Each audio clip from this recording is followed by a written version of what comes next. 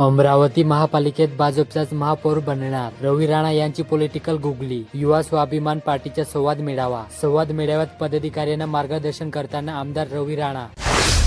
अंबा नाल्यावर पुलांचे अनधिकृत बांधकाम, बिल्डर्सला नोटीस, 3 दिवसाचा अल्टिमेटम. सहाय्यक संचालक नगर रचना विभागाचा अहवाल. अभिन्यास मंजूर नसताना सीमांकन आखणीही.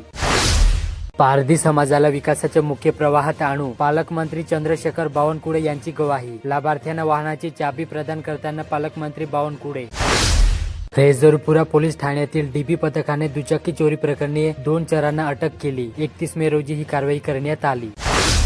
तुमच्या गावातील पाणी कसे? ग्रामपंचायतीला कोणते कार्ड मिळाले? स्रोत स्वच्छता सर्वेक्षण. आरोग्याच्या खबरदारीसाठी केली जाते तपासणी. अहल्यादेवी होळकर यांचे कार्य, सेवा, समर्पण आणि प्रेरणादायी. बबलू देशमुख जिल्हा काँग्रेसच्या वतीने त्रिशताब्दी जयंतीनिमित्त अभिवादन. वरुड पांढुर्णा महामार्गावरील पुसना नजीक बेल नदीच्या पुलाला गेल्या अनेक महिन्यांपासून भगदाड पडले. या ठिकाणी अपघाताची शक्यता वाढली, त्यामुळे या पुलाच्या दुरुस्तीची मागणी नागरिकांनी केली. अज्ञात इसमाने 15 वर्षीय अल्पवयीन मुलीला पळवून नेल्याची तक्रार एका गृहस्थाने मंगरुळ चव्हाणा पोलीस ठाण्यात नोंदवली. 29 मे रोजी रात्री ती मुलगी घराबाहेर पडली. बडनेरा येथे जागतिक पर्यावरण अभियानांतर्गत बडनेरा रेल्वे स्थानकावर नुक्कड नाटकाच्या माध्यमातून पर्यावरणपूर्वक जनजागृती कार्यक्रम शनिवारी पार पडला. यावेळी प्लास्टिक वापरणे टाळा आणि हरित जीवनशैली स्वीकारा असे आवाहन प्रवाशांना केले. मोर्शी तालुक्यातील खोपडा येथील कर्जबाजारी युवकाने राहत्या घरी गळफास घेऊन आत्महत्या केली. 29 मे रोजी सायंकाळी ही घटना उघडीस आली. वरुड तळेगाव महामार्गावरील वगार नजीक 3 मोठ्या बाबडी आडव्या झाल्या. शुक्रवारी रात्री दुचाकीवरील दाम्पत्य त्याला धडकून रस्त्यावर कोसळली. डोक्याला गंभीर दुखापत झाल्याने महिलेसह पतीला नागपूर येथे रवाना करण्यात आले. लोकमाता पुण्यश्लोक अहिल्यादेवी होळकर यांचे जीवनकार्य प्रेरणादायी आहे, असे प्रतिपादन आमदार सुलभा खोडके यांनी शनिवारी येथे केले.